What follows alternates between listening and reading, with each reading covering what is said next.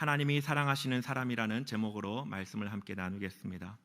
오늘 함께 읽은 본문 7절은 이렇게 말씀해 주고 있습니다. 사랑하는 자들아, 우리가 서로 사랑하자. 사랑은 하나님께 속한 것이니 사랑하는 자마다 하나님께로부터 나서 하나님을 알고, 또 8절에는 사랑하지 아니하는 자는 하나님을 알지 못하나니 이는 하나님은 사랑이심이라. 아멘. 오늘 저녁에 가장 많이 듣게 될 단어는 바로 사랑입니다. 듣기만 해도 누군가는 설레는 것이고 누군가는 들어도 이해가 되지 않는 단어가 사랑입니다. 인간 사이에서도, 남녀 사이에서도, 부부 사이에서도, 부모와 자녀 사이에서도 이 단어는 어떻게 한 가지로 설명하여서 서로 공유할 수 있는 개념이 아닌 것 같습니다. 하나님과의 관계에서는 어떻습니까? 한 율법사가 예수님께 와서 묻습니다. 율법 중에 어떤 계명이 가장 크니까? 예수님께서 이렇게 말씀하시죠. 마태복음 22장 말씀을 보면 예수께서 이르시되 내 마음을 다하고 목숨을 다하고 뜻을 다하여 주 너의 하나님을 사랑하라 하셨으니 이것이 크고 첫째 되는 계명이요 둘째도 그와 같으니 내 이웃을 내 자신과 같이 사랑하라 하셨으니 이 두 계명이 온 율법과 선지자의 강령이니라.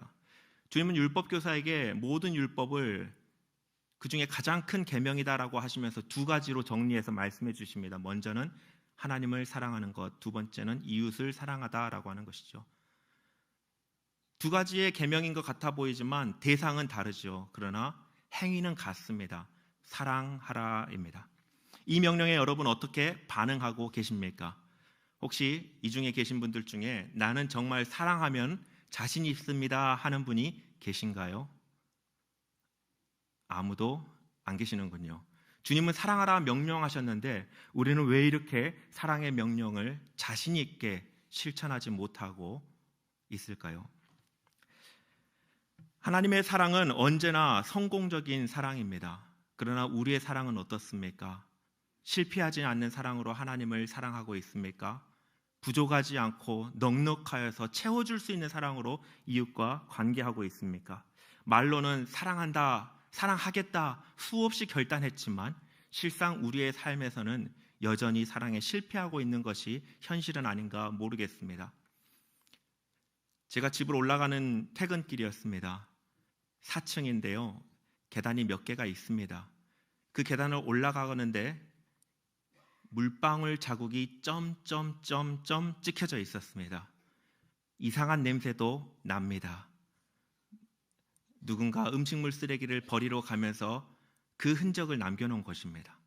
흔적을 따라가 보니 어느 집 앞에 다다른 것을 발견했습니다. 제 마음속에 참, 그거 좀 흘렸으면 좀 닦아주시지 라고 점잖게 생각한 것이 아니라 조금 더 격하게 생각했습니다. 그리고 집에 들어갔습니다. 그리고 걸레를 가지고 나와서 제가 그 모든 점점점 자국을 닦았을까요? 안 닦았을까요? 안 닦았습니다. 마음속으로 그 집을 비난하고 마음속으로 왜 저 사람들은 그러한가? 그들의 수준을 평가하기 시작하고 그리고 저는 아무 일도 없는 듯이 그 밤에 잠을 잤습니다. 오늘 제가 이 설교를 준비하면서 그 순간을 예화로 떠올려서 적다 보니 저 스스로에게 얼마나 부끄러웠는지 모릅니다. 하나님의 명령은 사랑하라입니다. 수없이 가르쳐 왔고 알고 있고 스스로에게 적용해 보았지만 저는 그 작은 실천도 하지 못하는 사람임을 발견했습니다. 여러분은 어떻습니까? 사랑에 성공해 가고 계십니까? 우리에게 사랑의 이 명령은 때로는 최선의 우리의 노력은 존재할 수 있지만 성공적인 사랑은 언제까지나 우리의 희망사항이고 닿지 않는 그 목표는 아닌가 모르겠습니다. 어떤 면에서 우리의 사랑은 언제나 실패한다라고 정의 내리는 것이, 평가하는 것이 맞는 것처럼 느껴지기도 합니다. 많은 상담가들은 왜 사람들이 사랑에 실패하는가라는 그 질문 앞에서 그러한 상담자들에게 이렇게 답을 내놓곤 합니다. 왜냐하면 진정한 사랑을 받아본 적이 없기 때문에 사랑하지 못합니다라고 답을 합니다. 이것은 상담가의 결론이기도 하지만 우리가 알고 있는 지성의 최고의 결론인 것 같습니다. 사랑을 받을 때 우리는 비로소 사랑할 수 있죠. 어떤 사람 마음이 넉넉하고 사랑이 가득합니까? 부모로부터 많은 사랑을 받은 사람, 배우자로부터 많은 사랑을 받은 사람, 주위에 있는 사람으로 인정받는 사람이 조금 더 사랑할 수 있다라고 세상 사람들은 이야기합니다. 한 번 더 물어볼까요? 여러분은 그런 사랑을 받고 계십니까? 내 남편이 넘치는 사랑을 해줍니다. 내 아내가 부족함이 없는 사랑을 부어줍니다. 내 자녀들이 얼마나 저를 사랑한지 아십니까? 목사님, 저는 회사에서 너무 행복해요. 모든 직원이 저를 우러러보며 존경해주고 사랑하고 있어요. 하시는 분이 계신가요? 여기서 손들면 공공의 적이 됩니다. 그런데 우리는 알고 있죠. 우리를 채워줄 수 있는 사랑은 이 세상에 존재하지 않습니다. 우리는 사랑의 행위에 실패하고 또 사랑받음에 실패한 존재입니다. 그러나 분명한 사실은 우리에게 사랑이 필요하다라고 하는 것입니다. 오늘 말씀에서 사랑이 누구에게 속한 것인지 말씀해주고 있습니다. 우리 7절 말씀을 다시 한번 함께 읽어보겠습니다. 사랑하는 자들아, 우리가 서로 사랑하자.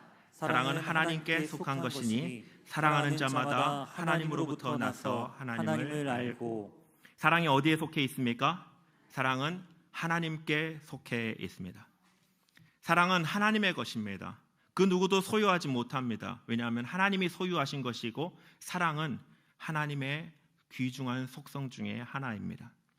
하나님께로부터만 진정한 사랑이 나오고 하나님만 실패하지 않는 온전한 사랑을 우리에게 주실 수 있는 분입니다. 하나님께서 사랑하시는 그 사람이 진정한 사랑을 경험할 수 있는 것이고 또 다른 사람을 사랑할 수 있는 것입니다. 그러면 우리가 사랑하기 위해서 하나님은 누구를 사랑하시는가? 이 질문을 고민해 봐야 되겠죠. 하나님이 누구를 사랑하십니까? 다시 한번 9절 말씀을 보면 하나님의 사랑이 우리에게 이렇게 나타난 바 되었으니 라고 말씀하고 있습니다. 하나님의 사랑이 누구에게 나타났다고요? 우리에게입니다. 하나님은 우리를 사랑하십니다. 이런 명제 속에서 또 어떤 사람은 약간 삐딱선을 타시는 분이 있습니다. 하나님은 우리를 사랑하지 나를 사랑한 것이 아니에요 라고 이해하지 않기를 바랍니다. 하나님이 우리를 사랑하신다는 말은 무엇입니까? 하나님의 형상과 모양대로 지은 우리 모두 한 사람 한 사람을 사랑하신다라고 하는 것입니다. 우리를 사랑하시는 하나님의 사랑, 그 본질은 무엇일까요? 17세기의 청교도 신학자 중에 한 사람인 존 플라벨이 이렇게 말한 것이 있습니다. 우주가 창조되기 이전에 성삼위 하나님은 더할 나위 없이 행복한 상태로 존재하셨고, 제가 몇 번 반복해서 말씀드릴 표현인데요, 더할 나위 없이 행복한 상태로 존재하셨고 거룩하신 성부께서는 똑같이 3번 일컬어지는, 그러니까 거룩하신 성부께서 거룩한 성자를 가장 거룩한 기쁨과 사랑으로 얼싸 안으셨다라고 말합니다. 이 17세기 표현이니까 조금 이렇게 시적인 면이 있죠. 더할 나위 없이 행복한 상태로 성부와 성자가 함께 교제하고 가장 거룩한 그 기쁨과 사랑으로 서로 안으셨다. 어쩌면 존 플라벨 이 신학자에게 하나님이 자기 계시를 주신 것 중에 가장 큰 계시가 이 삼위 하나님의 관계에 대한 계시였던 것 같습니다. 서로 얼싸 안으며 가장 거룩한 사랑과 기쁨 안에, 그리고 더할 나위 없이 행복한 상태로 계셨다라고 하는 것이죠. 이 성부와 성자 그리고 삼위 하나님의 행위가 바로 창조입니다. 더할 나위 없이 행복한 상태, 가장 거룩한 기쁨과 사랑이 넘치는 관계 안에서 흘러나온 것이 바로 창조입니다. 그러면 창조의 목적은 무엇입니까? 우리를 통하여서 그 더할 나위 없이 행복한 상태로 가장 거룩한 그 기쁨과 사랑의 관계 안으로 초대하기 위해 우리를 창조하신 것입니다. 모든 창조 외에 인간의 창조, 사람의 창조는 독특성이 나타나 있습니다. 그것을 우리는 창세기 2장 15절에서도 찾을 수 있는데요. 여호와 하나님이 그 사람을 이끌어 에덴 동산에 두어 그것을 경작하며 지키게 하시고 라고 말씀해 주죠.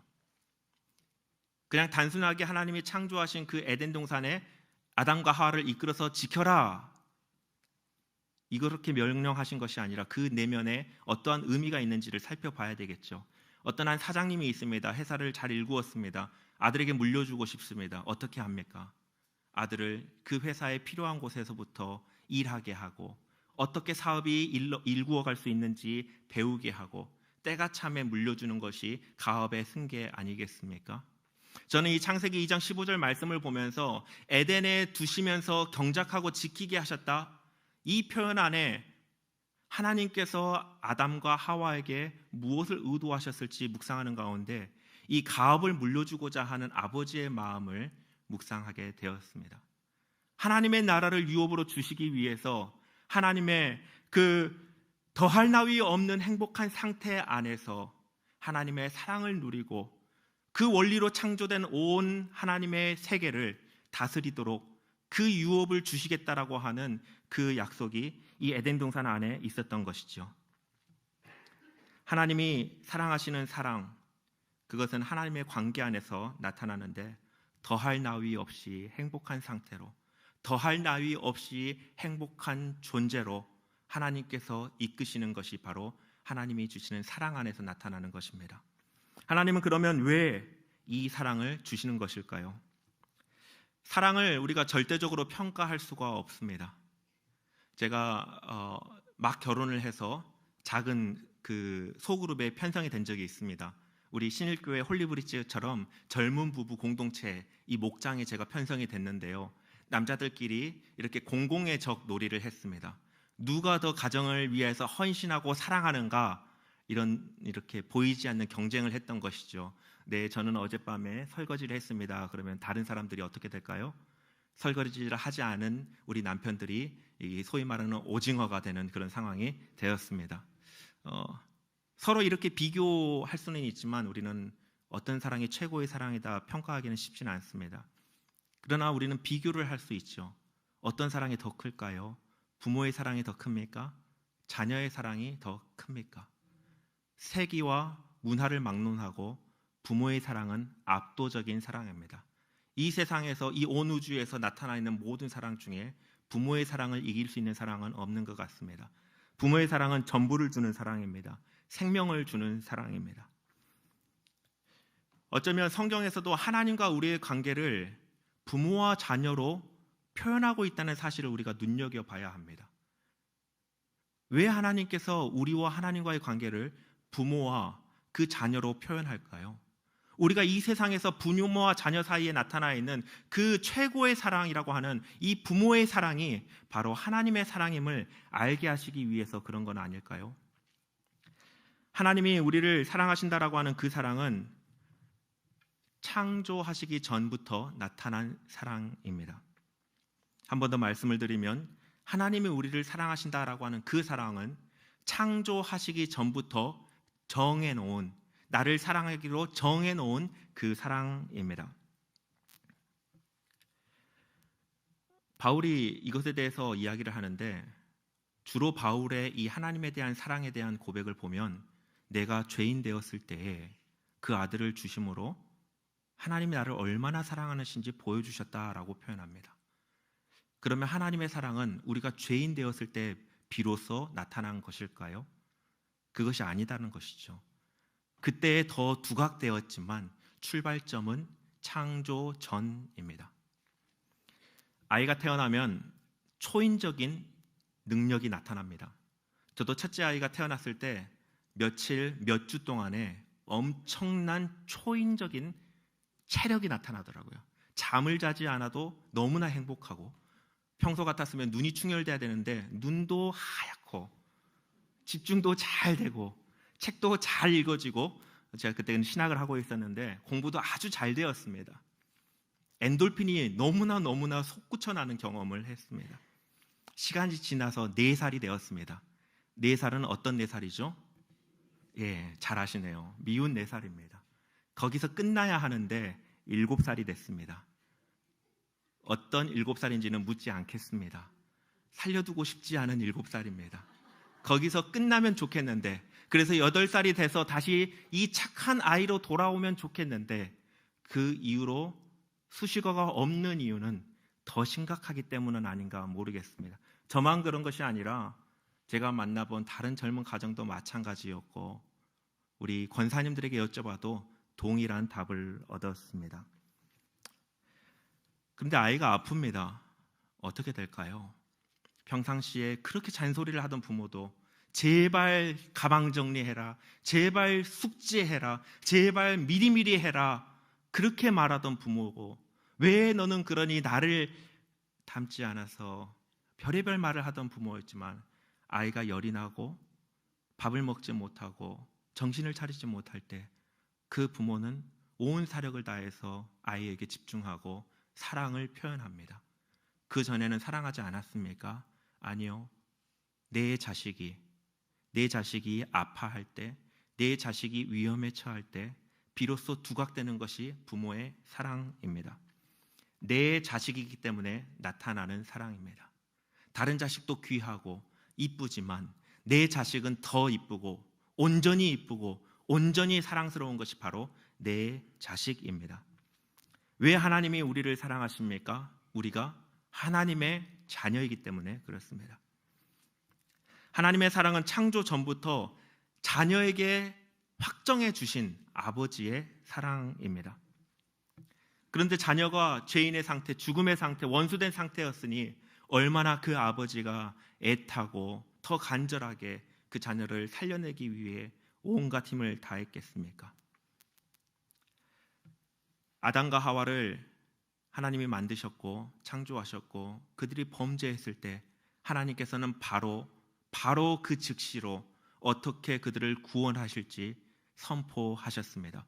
왜 그렇습니까? 아담과 하와 안에 구원해야 될 만한 이유가 있었습니까? 그들이 불순종했지만 뭔가 잘한 일들이 있어서 하나님이 그들을 구원하시려고 작정하신 건가요? 전혀 아닙니다. 아담과 하와 안에 있었던 하나님의 형상, 그것이 바로 하나님이셨기 때문에, 하나님의 자녀였기 때문에 하나님이 사랑하시고 구원하신 것입니다. 요한일서 4장 10절은 이렇게 말합니다. 사랑은 여기 있으니 우리가 하나님을 사랑한 것이 아니요 하나님이 우리를 사랑하사 우리를 죄에서 속하기 위하여 화목 제물로 그 아들을 보내셨습니다. 우리가 먼저 사랑한 것이 아니라 하나님께서 먼저 우리를 사랑하셨다 말씀해주고 있습니다.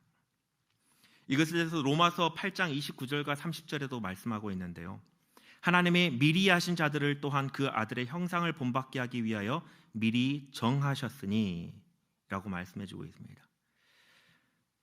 미리 하신 자들, 미리 예정하신 자들, 미리 확정하신 자들, 이것을 말하는 것이죠. 그것에서 존 모레이라고 하는 신학자가 미리 하신 자들, 그 사람은 누구인가? 하나님이 관심을 기울이신 자들로 영원 전부터 알아서 특별한 애정과 기쁨을 기울이신 자들이다 라고 설명합니다. 그래서 미리 아신 자들은 누구인가? 하나님이 미리 아셨다, 미리 정하셨다, 미리 특별한 관심과 애정을 기울이셨다, 미리 사랑하셨다. 존 모레이는 그래서 이 로마서 8장 29절을 하나님이 미리 사랑하신 자들을 미리 정하셨다, 이렇게 말하는 것도 같은 의미입니다 라고 설명을 합니다. 우리가 예정에 대해서 이야기할 때 항상 빼놓지 않고 말하는 것이 바로 에베소서입니다.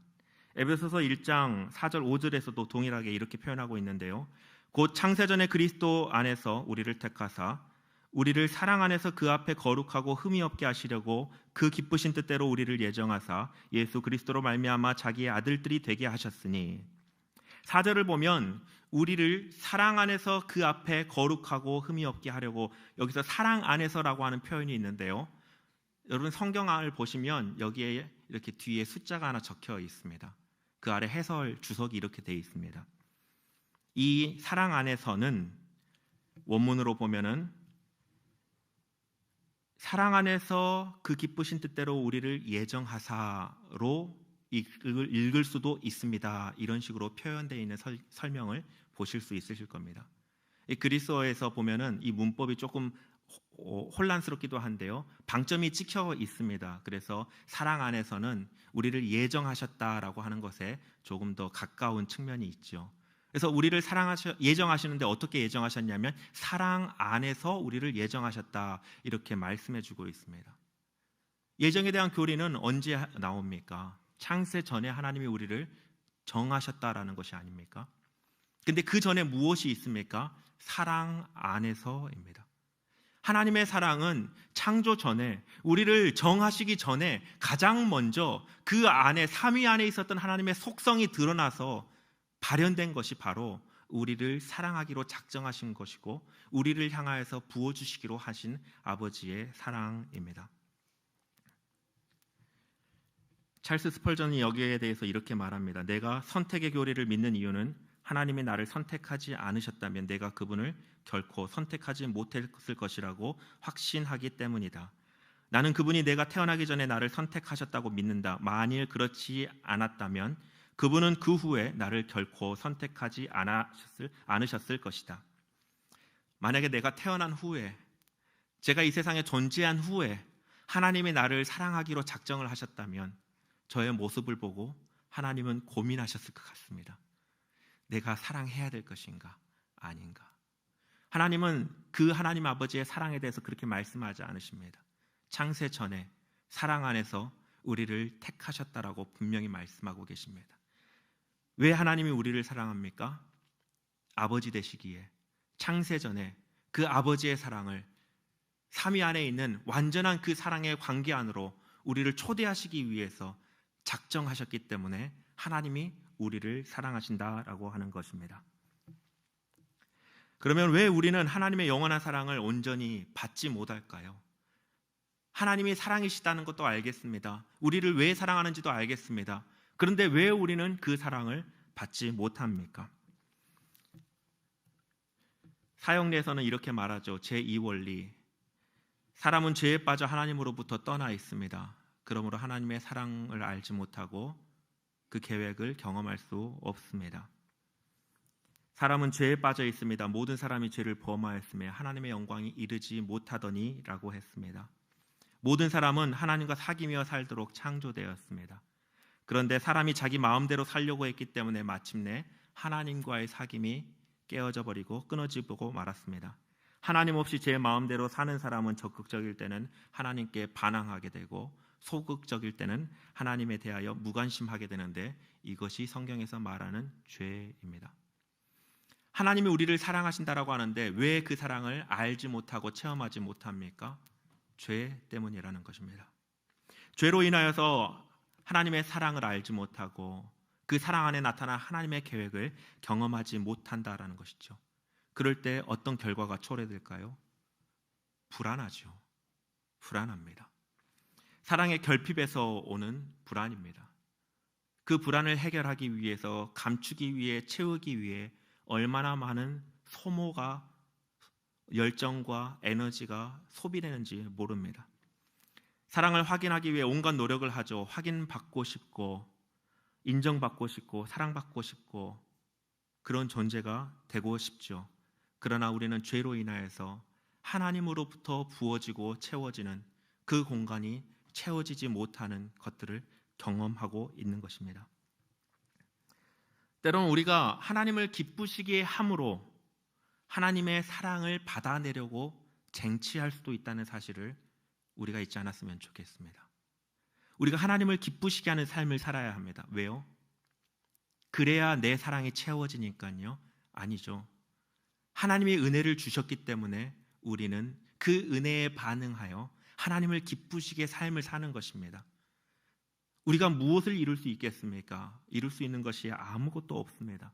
다만 우리는 그 은혜에 감격하며 반응하여 우리가 하나님 아버지의 말씀에 순종함으로 하나님을 기쁘시게 하는 것이지, 우리가 능력이 있어서 무언가를 성취하여 하나님을 감동시켜서 우리의 마음을 하나님의 사랑으로 채우는 것이 아닙니다. 전에 신방을 하던 중에 한 권사님이 신방 이후에 떠나지 않고 남아 계셔서 저를 향하여서 무언가 하실 말씀이 있는 것 같은 표정을 지은 적이 있습니다. 신방을 다 마쳤는데, 다 기도하고 축도도 다 마쳤는데 이제 식사하러 갈 줄 알았는데 권사님께서 저를 향해서 무언가 하실 말씀이 있는 것처럼 바라보셨습니다. 저는 기도 제목을 망설이다가 저에게 말씀하지 않은 게 있는 줄 알고 여쭤봤는데 그것이 아니었습니다. 이야기를 듣고 보니까 권사님은 어려서부터 예수님을 믿었고 평생 교회를 섬겼고 교회의 여러 가지 행사에 손이 닳도록 섬기셨고 또 전도하셨고 성장하기 위해 여러 가지를 교회 안에서 배우셨고 또 전도의 열매도 많이 맺으셨는데 지금은 이제 은퇴한 지도 훌쩍 지나서 몸으로도 섬기지 못하겠고 귀가 웅웅거려서 설교가 잘 들려지지 않으니 예배 시간에 은혜 받는 것 같지도 않고 눈이 보이지 않아서 성경도 제대로 읽지 못하겠어서 내가 믿음 생활을 잘하고 있나? 하나님의 사랑이 잘 느껴지지 않는다고 목사님 내가 믿음이 없어진 것 같아요 라고 하시는 것입니다. 너무 안타까웠습니다. 물론 이 권사님께서 하신 표현은 믿음이 사라졌다 이것을 말씀하시는 것이 아니라 나도 다시 예전처럼 정말 뜨겁게 주님을 섬기고 사랑하고 싶은데 육신의 한계에 달아서 그렇게 하지 못해서 너무 아쉽습니다 라는 표현이었습니다. 그런데 제가 그 이야기를 들으면서 내가 혹시 열심히 주님을 섬김으로 무언가 주님께 사랑을 내 안에 채우려고 하는 것은 아닌가 하는 질문을 스스로 물어보았습니다. 이것은 우리가 피해야 할 대단히 위험한 생각입니다. 우리가 하나님을 감동시켜 무언가를 받아낼 수 있다. 하나님을 감동시켜 내 마음을 채울 수 있다. 절대 그럴 수가 없습니다. 하나님의 사랑은 우리가 쟁취하는 것이 아니라 하나님이 주시는 것입니다. 그러면 왜 우리는 그 사랑을 온전히 받지 못할까요? 하나님의 사랑이시다 알겠는데 왜 그 뜨거운 사랑을 받지 못합니까? 첫 번째는 그리고 두 번째는 그리고 마지막은 의심하기 때문에 그렇습니다. 실제로 많은 성도들이 하나님이 정말로 나를 사랑하신다고요? 이 질문에 대해서 의심합니다. 하나님이 사랑이십니다. 하나님은 여러분을 사랑합니다. 이렇게 전도하며 외치던 사람조차도 정말 정직하게 하나님 앞에서 서면서 하나님이 정말 나를 사랑하신다고요? 의심하기 때문에 그 사랑을 받지 못한다라고 하는 것이죠. 이 의심은 어떤 의심일까요? 어떻게 하나님 저 같은 사람을 사랑할 수 있습니까? 사랑받기 위해 한 것이 아무것도 없는데 어떻게 나를 사랑하실 수 있습니까? 이 질문에서부터 시작하는 것이죠.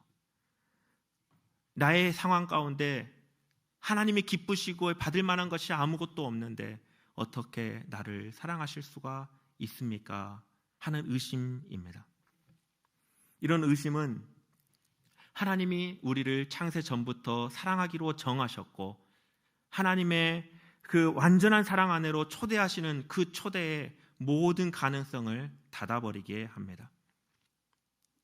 이러한 의심은 어떠한 결과를 초래합니까? 에덴 동산에서 최초의 범죄를 하게 하는 교만에 이르게 만들어버렸습니다. 하나님의 온전한 사랑이 내게 부어졌는데 그것을 의심하기 시작할 때에 내가 하나님의 사랑이 아니라 내 힘과 능력으로 세상의 것으로 나의 나라를 내가 컨트롤 가능한 내 세상을 만들 수 있을 것이라고 교만한 생각을 하기 시작하고 죄를 범하였던 것입니다. 이런 교만한 마음이 있기 때문에 우리가 하나님의 사랑을 온전하게 누리지 못하는 것입니다.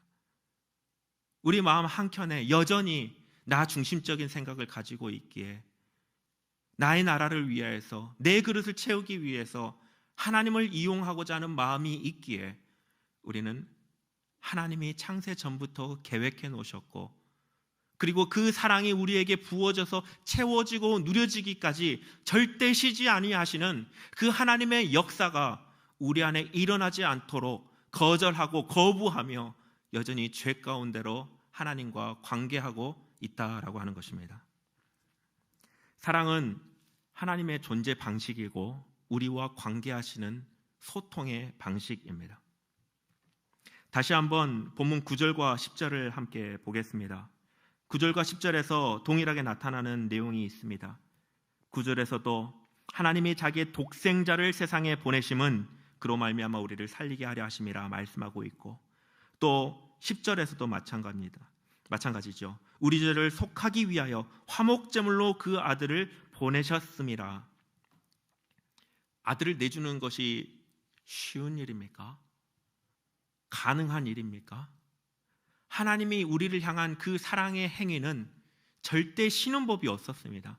그 아들을 내어주기까지 여전히 어떻게 하면 나를 사랑하실지 사랑을 어떤 면에서는 갈구하는 것이 하나님 아버지의 사랑입니다.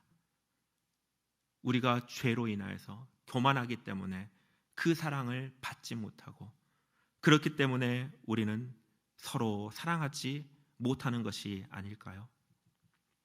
어떻게 우리는 해야 됩니까? 우리 11절 말씀 결론으로 함께 읽어보겠습니다. 사랑하는 자들아, 하나님이 이같이 우리를 사랑하셨은즉 우리도 서로 사랑하는 것이 마땅하도다.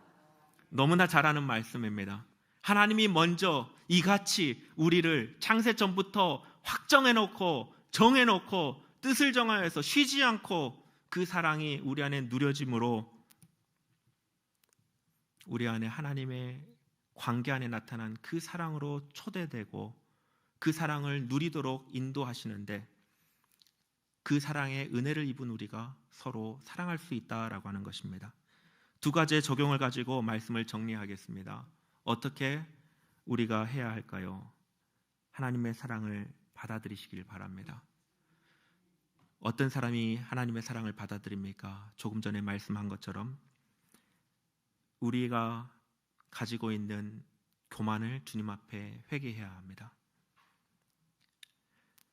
우리에게 주어진 것이 전부 다 하나님의 은혜입니다.